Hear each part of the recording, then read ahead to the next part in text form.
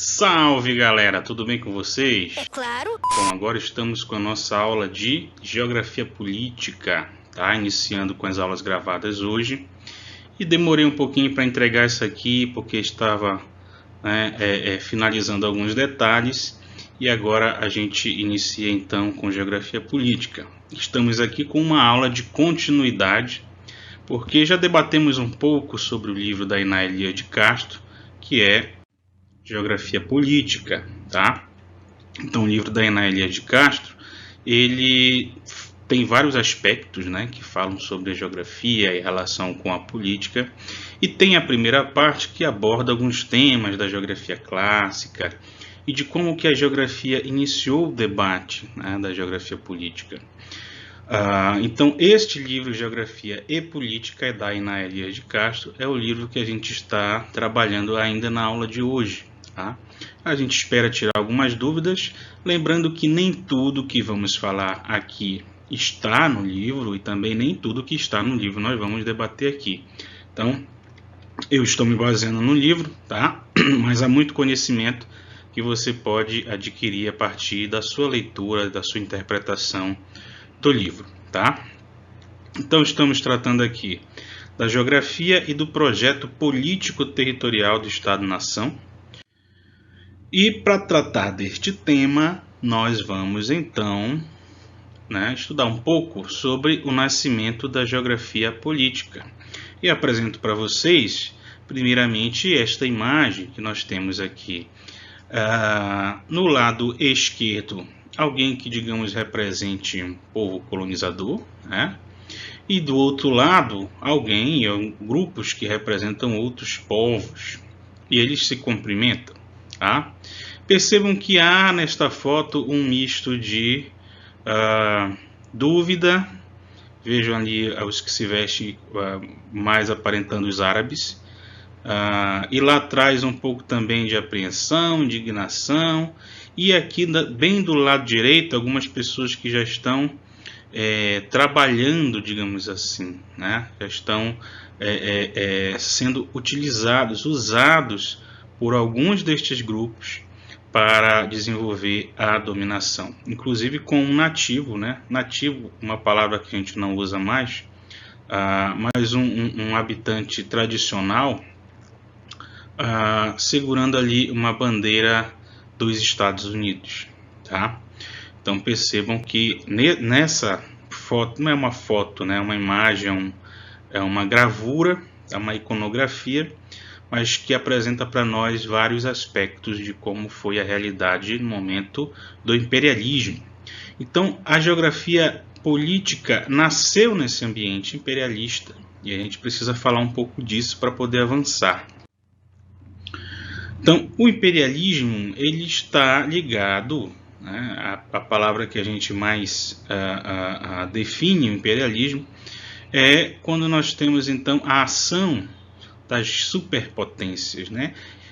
Que possuem, obviamente, interesses, alguns deles conflitantes, e acabam, então, gerando algumas disputas territoriais. Até o início do século XX, apesar de haver diferenças entre essas superpotências, não haviam grandes batalhas, grandes guerras, né? Apenas já no início do século XX é que essas guerras vão, então, se acentuar. Mas percebam que nós temos aqui a imagem de um trem, que representa, no caso, a segunda revolução industrial, tá? Momento em que nós temos a revolução das ferrovias, e abaixo, dois representantes aí de potências imperialistas, meio que cortando o globo, né? Como se o globo fizesse parte de um banquete, e eles estivessem, então, dividindo ali partes da Europa, da Oceania, né? Então, dividindo o mundo ao seu modo. Então, o imperialismo foi a política de dominação exploratória no âmbito político, econômico, social e cultural das nações dos países da Europa, sobre vários países do mundo. Tá? Primeiramente, né, nessa fase do imperialismo, né, a Europa ela foi muito mais evidente, né? Os países da América não estavam muito, eram partícipes desse processo ainda. Então eram países como Inglaterra, Alemanha, França, Bélgica, tá? Que participaram então desse momento imperialista, né? Que também é chamado de neocolonialismo. Nós veremos isso mais adiante. Então, para embasar, para trazer o contexto deste imperialismo, né, nós temos então o desenvolvimento do capitalismo. Então nós tivemos máquinas, fábricas, equipamentos novos passaram a modificar o tempo o tempo de produção das mercadorias. Então as mercadorias passaram a ser produzidas com menos tempos a partir da adoção de novas técnicas, exemplo das máquinas. Essas máquinas, por sua vez, necessitavam cada vez mais de minérios, de base para a sua sustentação, tá? E também de pessoas para trabalhar. Tá? Além disso, com a expansão da atividade industrial, havia a necessidade também de abrir novas frentes de mercados consumidores, ok? Como veremos aqui adiante. Então nós temos novos materiais para a indústria, na parte produtiva. Houve a fabricação do aço. Então a segunda revolução industrial foi a revolução do aço, onde se produzia muita coisa de aço, né? Até mesmo Belém sofreu essa influência, uma vez que nós tivemos a produção de vários, até construções maiores produzidas em aço, a exemplo do mercado de ferro no Ver o Peso, mas também os chalés que ainda existe até hoje, um desses chalés no Bosque Rodrigues Alves e outro na UFPA, tá? Que faz parte do NUMA. Então remonta a esse momento da produção do aço, produção intensiva do aço, que dura até hoje, mas começou no século XIX. Tá? Além disso, pontes, edifícios, todos esses materiais, os prédios que eram fabricados de aço também, né? Parte da sua estrutura em aço, um padrão americano, digamos assim, mas também europeu. Então essa é a segunda revolução industrial, um desenvolvimento econômico inovador, né? Até certo modo, que se guiou na lógica da globalização, foi o avanço da industrialização anterior do século XVIII e XIX, conhecido então como Segunda Revolução Industrial, que foi de 1850 a 1950. Tá? Então percebam que, olha só, nesse período da Segunda Revolução Industrial, nós tivemos a Primeira e a Segunda Guerra Mundial e tivemos também, a partir de 1850, o neocolonialismo. Então foi um período de intensa atividade do sistema de produção, também do Estado e das potências imperialistas para ampliarem os seus territórios ou os seus espaços de domínio. Tivemos também a partilha da África, e aqui temos uma charge, né? Isso que diz assim: vamos ver como é que a gente divide isso. Essa região aqui é minha, eu vi primeiro. E olha lá quem é que está sendo dividido, é a África. Eu quero uma onde passe o rio. E o outro diz: se não for pedir demais, eu gostaria dessa com lagos e montanhas, tá? E cada um deles com uma faca cortando. Se você for dar uma olhada no continente africano, você vai perceber que há neste continente uma série de países com linhas muito retas e são áreas muito extensas, né? Geralmente na divisão dos demais países as linhas são, né, sinuosas, tortas, porque dizem respeito a limites naturais, rios, montanhas, cordilheiras. No caso da África, há muitas linhas retas porque elas foram de fato definidas na régua, numa partilha entre as superpotências. Tá? Isso gerou várias consequências para os africanos, porque Na África da época e ainda hoje há muitas tribos, e muitas dessas tribos em determinados territórios elas se dão bem, são amigas, né? Com a presença da potência imperialista, tá? Não há muitas disputas entre esses grupos, porque a potência ela é, digamos assim, o elemento opressor principal. Digamos assim, esses países, quando dominam a África, eles não permitem que se façam disputas internas. Mais tarde, quando houve a descolonização e as potências saíram, muitos desses grupos que foram unidos dentro de fronteiras e eram rivais historicamente, acabaram brigando entre si pelo poder, e isso gerou disputas mortais, né, e bastante sanguinárias entre vários grupos e etnias, a exemplo dos Tutsis e Hutus na África Central. Então a África foi dividida, tá, em zonas coloniais na expansão imperialista, tá? E aqui um pouco de como foi essa divisão, né, na chamada Conferência de Berlim, que foi uma conferência onde se decidiu pela partilha da África. Então percebam aí o que é de controle britânico, o que é de controle belga, francês, italiano, alemão, espanhol, português e da Libéria e Etiópia. Mas percebam que aquilo que é de controle português é daquela colonização mais antiga, a exemplo de Angola, Moçambique e Guiné. Quase que todo o resto, tá, se deve à partilha da África já no século XIX, a início do século XX. Então percebam ali, por exemplo, toda essa parte amarela de controle francês, a parte mais alaranjado mais claro, tá, de controle britânico, exemplo do Egito, da Nigéria, tá? E também área de controle alemão, de controle italiano, tá? Então isso gerou consequências mais tarde, né? Consequências severas para o continente africano. Mas é claro que as potências da época não estavam muito preocupadas com isso. Elas estavam preocupadas em buscar o quê? Em buscar novas fontes de matérias-primas, tá? Também de mão de obra e de mercado consumidor para os seus produtos. Era necessário mudar, tá, a materialidade da sociedade, a forma com a qual a sociedade se organiza no mundo inteiro.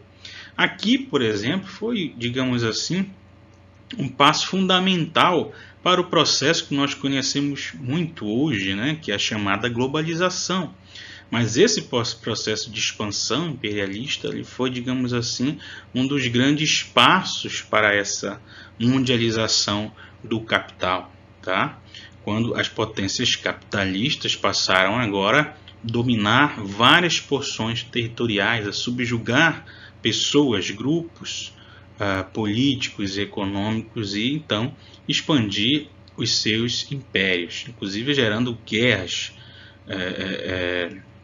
mundiais, como a Primeira Guerra Mundial e a Segunda Guerra Mundial. Aqui também temos a Ásia, né? E a Ásia foi dominada pelo imperialismo britânico, tá? Então temos aí porções da China, da Índia, do Japão, tá? A Ásia de um modo geral, né? A Coreia, Coreia do Sul, Taiwan, Singapura, todas essas áreas eram de dominação britânica, tá? E aqui, para a gente diferenciar um pouco, tá? O que foi aquele colonialismo no passado, aquele colonialismo que envolveu o Brasil, que envolveu a América Latina e também Estados Unidos, colonização da América, ao neocolonialismo que envolve já a África e a Ásia. Tá? Por exemplo, período. O primeiro foi do século XVI ao século XVII, e já o segundo foi do século XIX até 1945, até meados do século XX. No primeiro, as áreas de atuação era a América, né, os continentes que eram praticamente desconhecidos pelas potências da época, Portugal e Espanha. E além de Portugal, Espanha, Inglaterra, França e Holanda. Depois entraram outras potências, como Inglaterra, França, Bélgica, Holanda, Alemanha. Tá? Vou pegar uma caneta aqui. Então, essas são as potências do novo tempo, né? Do neocolonialismo. Inglaterra, França, Bélgica, Holanda, Alemanha, Itália, Estados Unidos e Japão. A política econômica, anteriormente, mercantilismo. E depois o chamado liberalismo. Tá? Enquanto o mercantilismo estava relacionado ao capital comercial, ou seja, dizia respeito a comprar, a produzir numa colônia e vender, tá? Ou seja, apenas a circulação, comércio. Já o liberalismo do neocolonialismo estava ligado à produção que partia das indústrias e também dos bancos, uma vez que foi aqui que se deu com mais ênfase o desenvolvimento do capital financeiro, ou seja, passava-se então a vender não apenas produtos em si, matérias em si, mas o próprio dinheiro, né? Você adianta então capital a partir da cobrança dos juros. Esse é o papel dos bancos. Objetivo: no primeiro caso, obter especiarias, produtos agrícolas para comercialização, metais preciosos, ouro, matérias-primas e utilização da mão de obra escrava, a maioria escrava negra africana. Tá? Já no segundo caso, os países imperialistas exportavam excedente de capital nos territórios colônias, exploração e domínio dos mercados produtores de matéria-prima para as indústrias, expansão de novos mercados consumidores, importante também, porque era necessário pessoas para consumir aquilo que estava sendo produzido. E a corrida expansionista buscou pontos geográficos estratégicos no processo de divisão territorial. E o principal agente no primeiro caso, o Estado moderno, e no segundo caso, a classe da burguesia, mas não exclui o Estado. Tá? O Estado continua sendo importante, uma vez que ele é que vai mobilizar todas as forças possíveis para esse acontecimento do imperialismo. Algumas ideologias imperialistas, e além dessas tem outras, né? Mas principalmente nós podemos destacar o etnocentrismo, onde os capitalistas disseminavam a ideia de que existiam povos superiores em relação a outros, no caso os europeus seriam superiores, né? Principalmente os europeus brancos, e nesse caso as nações europeias as mais soberanas. Então essa superioridade era naturalizada. Se dizia que culturalmente esses povos eram avançados. Então eles deveriam, entre aspas, conduzir os demais povos ao desenvolvimento. Na verdade, eles estavam mesmo conduzindo os demais povos ao subdesenvolvimento, à fome, à morte, à miséria. Tá? Grosso modo isso. Além disso, o racismo, os imperialistas fizeram adaptação no âmbito social da teoria da evolução das espécies. Né? Então eles eram baseados aí na teoria de Darwin, já muito evidente no século XIX. O darwinismo social, para justificar a concepção de que somente os países de população branca eram capazes de civilizar o continente africano e asiático. Tá? Além dessas ideologias, havia outras, a exemplo da xenofobia, né? Que é a aversão aos estrangeiros. Tá? Uma das ideologias e uma das práticas que se desenvolvia na época também o nacionalismo, ou seja, o desenvolvimento de ações no sentido de unir certos povos em torno de ideias comuns, de símbolos, né? E também dessa ideia de superioridade. Então, são elementos que existem ainda hoje na nossa sociedade e, se a gente não tiver cuidado, eles são potencialmente perigosos, uma vez que tendem a excluir certas pessoas dos processos. Tá? E agora, entrando mais um pouco no texto, né, onde a autora Ainá Elias de Castro, no livro Geografia e Política, ela fala sobre a ambivalência da geografia. O que é ambivalência? Ambivalência é quando nós temos dois lados. Tá? E ela vai tratar desses dois lados da geografia. De um lado havia a geografia que queria conhecer, que queria desbravar novos mundos, entender a sociedade e o território em que as populações se fixavam. Mas essa geografia ela era muito articulada politicamente ao Estado. E aí nós tivemos a primeira imagem, nós temos um explorador, né? Uma iconografia, né? Um desenho do século, pode ser século XVII, século XIX, ele adentrando algumas áreas na mata para encontrar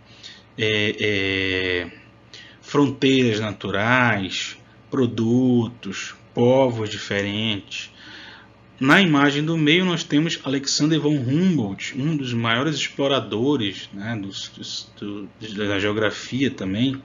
Ele não era geógrafo, era um naturalista, mas que deu um grande salto à geografia, mas também muito ligado ao Estado, porque era o Estado que financiava as suas viagens. Né? Aí já é mais século XVIII, não é isso? E na terceira parte nós temos já da terceira imagem ali, né? As potências imperialistas, inclusive já surgia no século XIX associações de geógrafos, né, do mundo inteiro em determinados países, tá? E nesse caso da terceira foto gerou inclusive um filme, tá? Que é chamado Montanhas da Lua, em que dois geógrafos partem em busca da nascente do Nilo, que era uma nascente em que a sociedade geográfica disputava sobre quem conseguiria encontrar esta nascente. Então muitos estudos foram feitos, muitos levantamentos foram feitos, até que eles conseguiram, então, um desses exploradores conseguiu encontrar. Né? Então fica aí uma dica de filme, Montanhas da Lua. Pois bem, então a geografia era um campo ainda indefinido, né, voltado entre exploradores e naturalistas, como vocês devem ter visto na disciplina História do Pensamento Geográfico, onde nós temos a importância do Alexander von Humboldt, e de forte relação política, ou seja, o atrelamento dessas pessoas ao Estado. O contexto, então, do desenvolvimento dessa geografia política vai ser na Alemanha, na Suíça. A geografia é introduzida como disciplina obrigatória no final do século XIX. Outro elemento é a unificação alemã. A gente viu nas nossas aulas a questão dos feudos, não é isso? Como que eles eram divididos ali e como que esses reinos eram separados e somente depois de um processo é que eles estão se unificando. Então houve isso na Alemanha também, que foi chamada unificação alemã, e a necessidade de aprimorar o conhecimento sobre o território. Tá? E nessa necessidade de aprimorar o conhecimento sobre o território, havia então a formação de pessoas que seriam os geógrafos. Tá? A necessidade de incentivar sentimentos nacionalistas, sentimentos ligados à pátria, ligados a sentimentos de pertencimento territorial, e para isso havia necessidade então de um desenvolvimento geográfico. E as relações de disputa histórica, a história versus a geografia, né? Onde em determinado momento se dava muita vazão à história mais do que à geografia. E alguns grupos, então, sentiam a necessidade de desenvolver mais a geografia a fim de avançar muito mais nesse campo do conhecimento, ao invés apenas de seguir no estudo da história, tá? Que nasceu primeiro que a geografia, ok?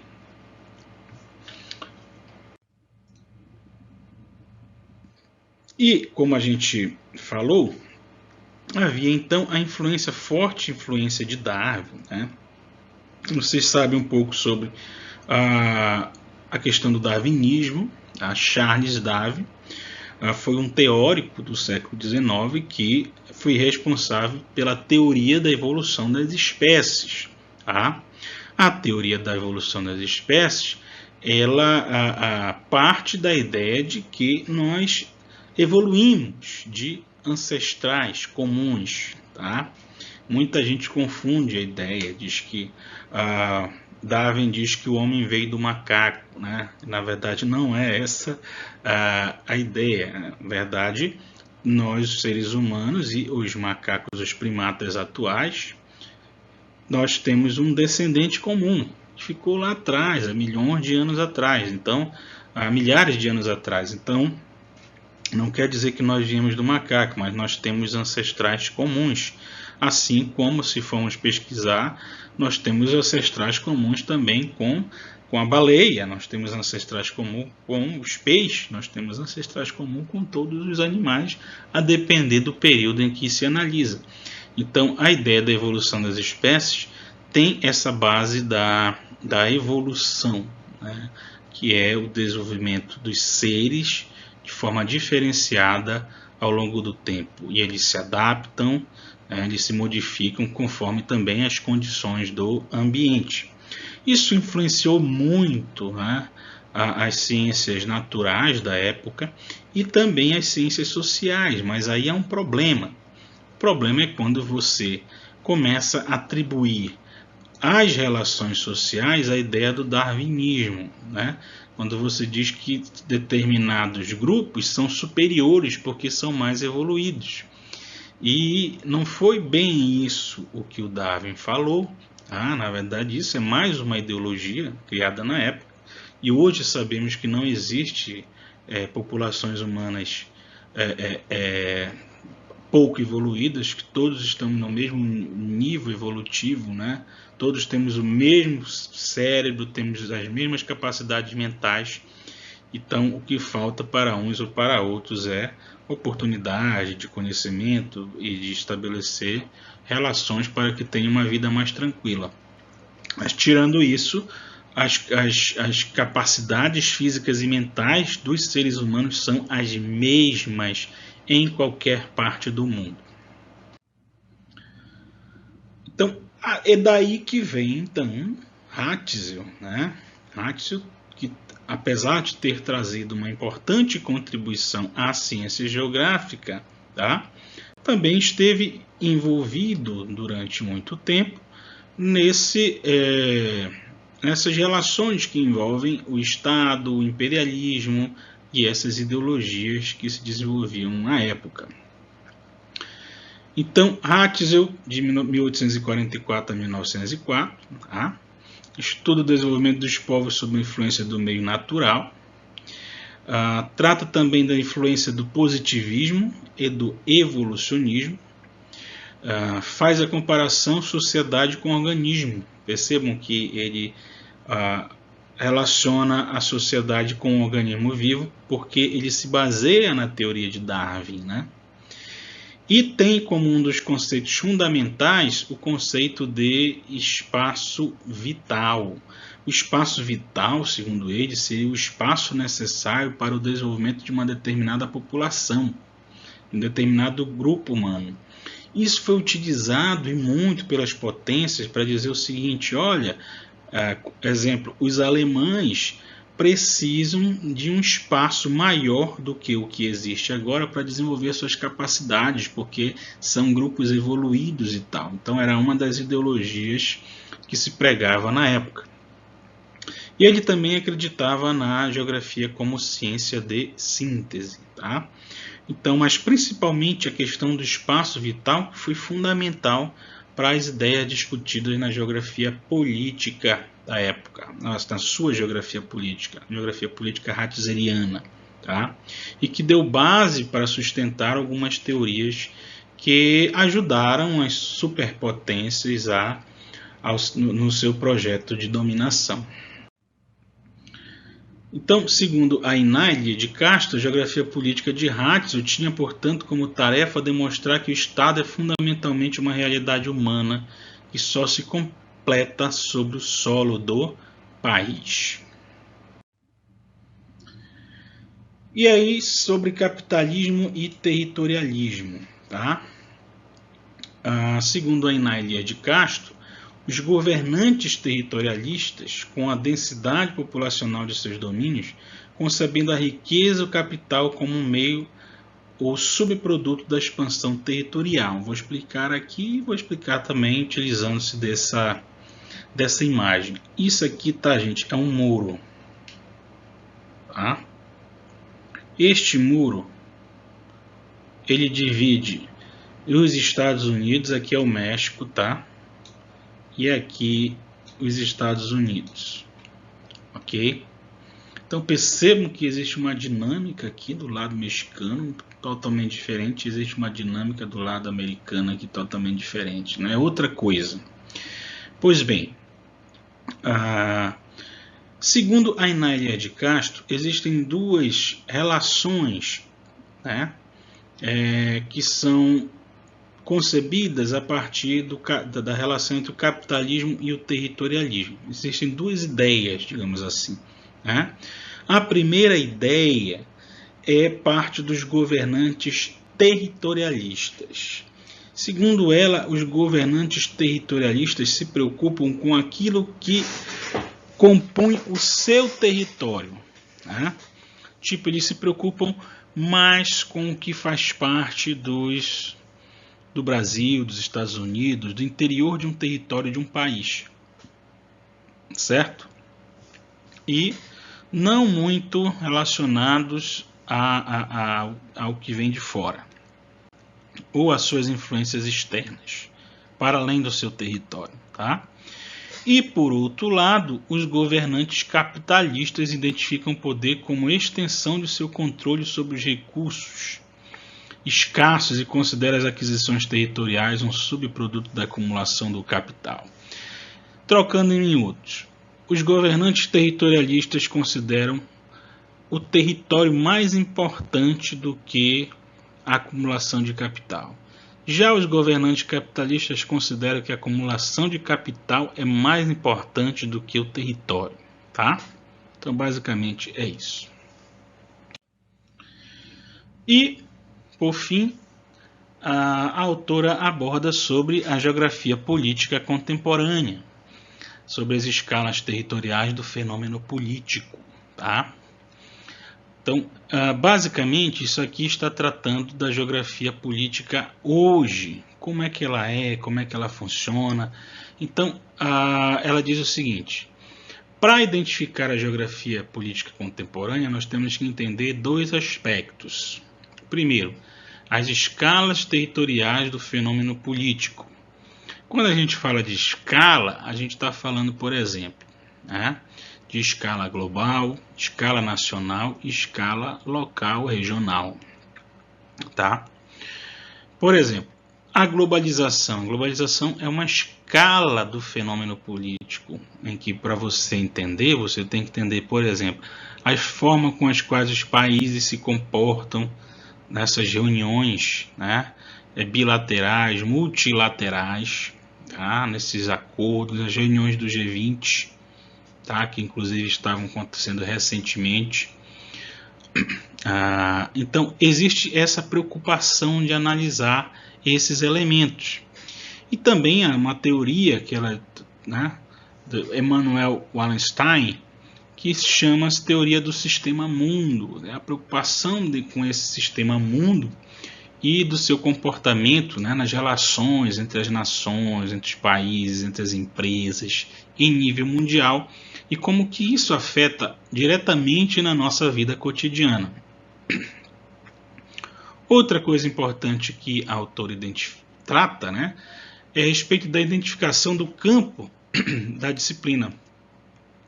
Aí ela destaca que é necessário identificar os fenômenos políticos e seus modos de territorialização. Olha só, estamos chegando aqui na definição do que é a geografia política contemporânea, ou seja, do que é a geografia política hoje. Na verdade, o que a gente quer entender? A territorialização dos fenômenos políticos. Como que as relações que se dão entre os homens que se configuram politicamente, como é que eles se territorializam, como que eles estão ali definindo áreas. Quem está dentro, quem está fora, quem domina qual área, quem deixa de dominar qual área, tá?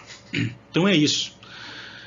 Os espaços das relações sociais, dos seus interesses, das solidariedades, dos conflitos, controle, dominação e poder.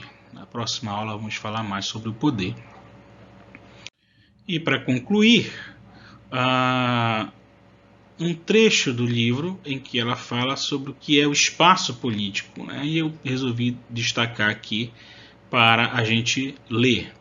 Ela diz o seguinte: nesse sentido, é possível indicar que o espaço político tem algumas características distintivas, como é delimitado pelas regras estratégicas da política. Tá? É um espaço dos interesses e dos conflitos, da lei, do controle e da correção legítima. Em outras palavras, uma abordagem do espaço onde existe gente em relação à sociedade e ao seu espaço, e onde existe a possibilidade do recurso à coerção pela lei ou pela força legítima. Tá? Então, o espaço político é esse espaço, tá? Definido pelas regras, pelas estratégias dos agentes, e nesse espaço pode haver coerção, punição, utilização da força, né, que ela usa a expressão utilização da força legítima, né, aquela força da lei, ou da força de movimentos, de grupos, de ações coordenadas. Então percebam que o mundo, se a gente abrir esses horizontes, a gente imaginar as possibilidades, nós percebemos então que o mundo ele é repleto de ações que nos fazem refletir sobre a geografia política. E é disso que trata essa disciplina, sobre isso. Tá? Então a gente fica por aqui, terminamos a nossa aula. Qualquer dúvida a gente discute na nossa próxima aula síncrona, tá bom, pessoal? Então, obrigado e até a próxima.